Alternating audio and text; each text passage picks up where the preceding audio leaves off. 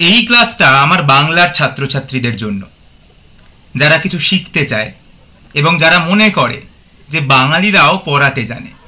তো যাই হোক, বাকি কথা শেষে হবে। আপাতত একটা গল্প বলা যাক, একটু পুরনো দিনের বাংলা সিনেমার গল্প। ওখানে আমরা কি দেখতাম? একটা হিরোইন থাকতো, একজন হিরো থাকতো, দুজনের মধ্যে প্রেম ভালোবাসা হতো, দুজনে বিয়ে করতে চাইতো, কিন্তু বাধা আসতো। বাধা কে দিত? হিরোইনের বাবা। কারণ হিরোইনের বাবা চাইতো না যে তার মেয়েকে একটা গরিব কোনো ছেলের সাথে বিয়ে দিতে। সেই জন্য হিরোইনের বাবা কি করত? হিরোইনকে একটা বাড়ির মধ্যে আটকে রেখে দিত। কিন্তু প্রত্যেকটা সিনেমাতে কি হতো? লাস্টে হ্যাপি এন্ডিং হতো।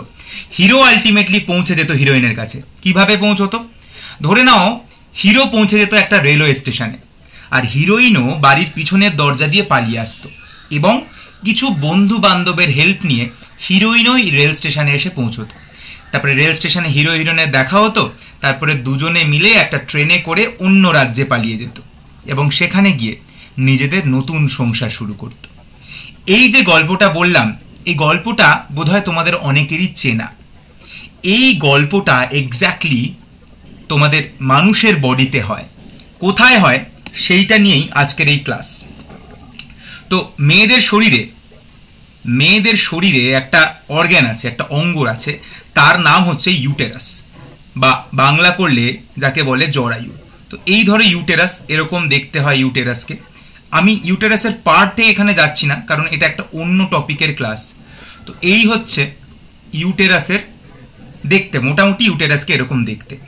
এবং এই ইউটেরাসের নিচে দুটো ডিম্বাশয় থাকে, ডিম্বাশয়, যাকে ইংরাজিতে ওভারি বলে। এবং এই ডিম্বাশয়ের মধ্যে থাকে হচ্ছে ওভাম, যে হচ্ছে আমাদের গল্পের হিরোইন। ওভাম, অর্থাৎ ওভাম কোথায় থাকে? ওভাম থাকে ওভারির মধ্যে, এবং ওভাম হচ্ছে আমাদের গল্পের হিরোইন। আর আমাদের গল্পের হিরোকে? স্বাভাবিকভাবে আমাদের গল্পের হিরো হচ্ছে হিরো আলম নয়, কিন্তু আমাদের গল্পের হিরো হচ্ছে স্পার্ম। তাহলে এই হচ্ছে স্পার্ম কালো রঙের, আর নীল রঙের হচ্ছে ওভাম, আমাদের গল্পের হিরোইন। এবার কি বলেছিলাম? হিরোইনকে হিরোইনের বাবা কিন্তু ঘরের মধ্যে আটকে রেখে দিয়েছে, যাতে হিরোইন না বেরোতে পারে। তাহলে আমাদের ঘরটাকে কি বলে? হ্যাঁ, ঘরটাকে আমরা কি বলি? এই ঘরটাকে আমরা বলি ওভারি। তাহলে হিরোইন কোথায় থাকে? হিরোইন ওভারির মধ্যে থাকে, এবং ওভারির মধ্যে হিরোইনকে লক করে রাখা হয়েছে। কিন্তু ওই যে বললাম, কোনো ভালোবাসাকে আটকানো যায় না। তাই আলটিমেটলি হিরোইন কিন্তু এই ঘর থেকে বেরোবে। বেরিয়ে বন্ধু বান্ধবদের হেল্প নিয়ে হিরোইন পৌঁছে যাবে রেলওয়ে স্টেশনে, এবং সেই রেলওয়ে স্টেশনে গিয়ে স্পার্মের জন্য, মানে আমাদের গল্পের হিরোর জন্য ওয়েট করবে। এবং একটা সময় হিরো সেখানে পৌঁছে যাবে, এবং সেইখানে হিরো এবং হিরোইনের মিলন হবে। মিলন হওয়ার পরে কি হবে? মিলন হওয়ার পরে এরা চলে যাবে অন্য একটা জায়গায়, এবং সেখানে গিয়ে নিজেদের ঘর তৈরি করবে। যেটা বলেছিলাম, সিনেমাতে যেরকম হয় বডিতেও সেরকম হয়।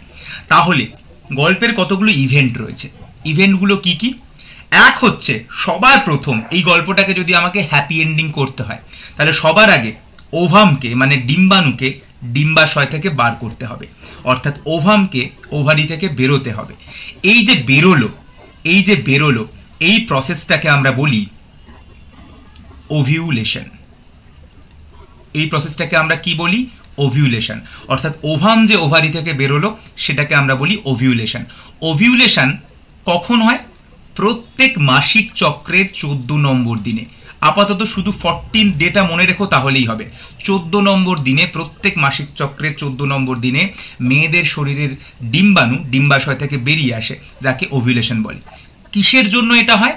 একটা হরমোনের জন্য হয়। সেই হরমোনটার নাম হচ্ছে এলএইচ।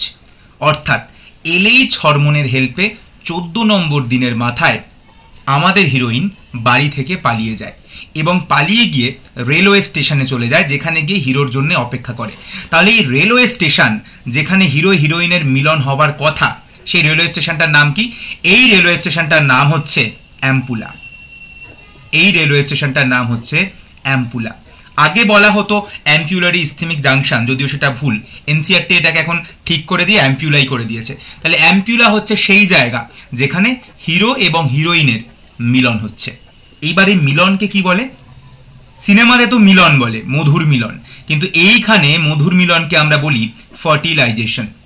অর্থাৎ স্পার্ম এবং ওভামের যে মিলন হচ্ছে সেটাকে আমরা বলি ফার্টিলাইজেশন। তাহলে প্রশ্ন দেবে ফার্টিলাইজেশন কোথায় হয়? তার উত্তর খুব সহজ, অ্যাম্পিউলাতে হয়। হয়ে গেল। এইবার ফার্টিলাইজেশনের পরে স্পার্ম ওভাম মিলে গেল, ওরা এখন এক আত্মা এক প্রাণ হয়ে গেছে। তাই স্পার্ম এবং ওভাম মিলে গিয়ে এখন যেটা তৈরি হয়েছে সেটাকে আমরা কি বলি? জাইগোট।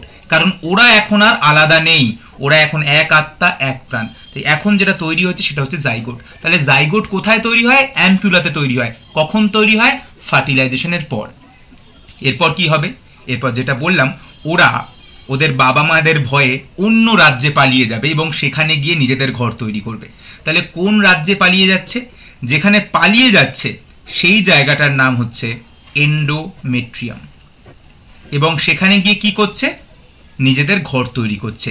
এবং এই ঘর তৈরিটাকে কি বলে? ইমপ্ল্যান্টেশন। তাহলে বেশ কিছু শব্দ বললাম, একটু গুলিয়ে যাচ্ছে, আর গোলাবে না, আমাকে আর 1 মিনিট দাও, পুরোপুরি ক্লিয়ার হয়ে যাবে। আমাদের গল্পের হিরোইন ওভাম ওভারি থেকে বেরোয় প্রত্যেক মাসিক চক্রের 14 নম্বর দিনে এলএইচ হরমোনের জন্য। বেরিয়ে গিয়ে ও অ্যাম্পিউলাতে ওয়েট করে স্পার্মের জন্য। স্পার্ম আসে, স্পার্ম ওভামের মিলন হয়। এই মিলনকে বলা হয় হচ্ছে ফার্টিলাইজেশন। এবং ফার্টিলাইজেশনের পরে স্পার্ম এবং ওভাম এক আত্মা এক প্রাণ হয়ে যায়, যেটাকে আমরা বলি জাইগোট। কোথায় হচ্ছে ফার্টিলাইজেশন? অ্যাম্পিউলাতে হচ্ছে। তারপরে জাইগোট অ্যাম্পিউলা থেকে চলে যায় এন্ডোমেট্রিয়ামে, অন্য রাজ্যে। সেখানে গিয়ে নিজেদের ঘর তৈরি করে। তাই অন্য জায়গাটা কোথায়? কোথায় চলে যায়? এন্ডোমেট্রিয়াম। এবং যে ঘর তৈরির প্রসেস সেটাকে কি বলে? ইমপ্ল্যান্টেশন। তাহলে বেশ কিছু শব্দ বললাম, সেই শব্দগুলোকে যদি একটু সামারাইজ করে দিই, একটা হচ্ছে ওভিউলেশন। কবে হচ্ছে? 14 নম্বর দিনে হচ্ছে। কেন হচ্ছে? এলএইচ হরমোনের জন্য হচ্ছে। সার্চ লিখলাম কারণ যখন এলএইচ হরমোন বেড়ে যায় তখনই এটা হয়। এরপরের শব্দটা কি পড়লাম? ফার্টিলাইজেশন। ফার্টিলাইজেশন কোথায় হচ্ছে? অ্যাম্পিউলাতে হচ্ছে। এবং লাস্ট স্টেপটা কি বললাম? ইমপ্ল্যান্টেশন। ইমপ্ল্যান্টেশনটা কোথায় হচ্ছে? এন্ডোমেট্রিয়ামে হচ্ছে। সো এই টপিকটা বেশ ইম্পর্টেন্ট, তো আমি এই জন্য এটা বললাম। তো যাই হোক, এই হচ্ছে ব্যাপার। আর অনেকেই অনেক রকম কথাবার্তা বলে।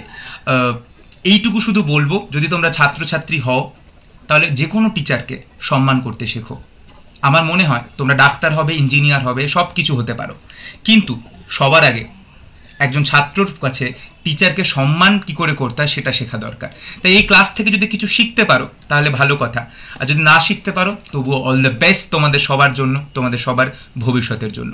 আর বাংলাতে আমি যেটা বলেছি, নিটের জন্য সব থেকে অ্যাফোর্ডেবল প্রাইসে, আমি সব থেকে কম খরচে বাংলা ভাষায় আমি নিটের কোর্সটা তো আনবই 2022 নিটের জন্য।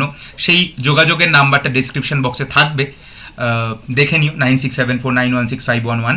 এবং এটা করা থেকে আমাকে কেউ আটকাতে পারবে না, এটাই বলার ছিল। ধন্যবাদ, অল দ্য বেস্ট।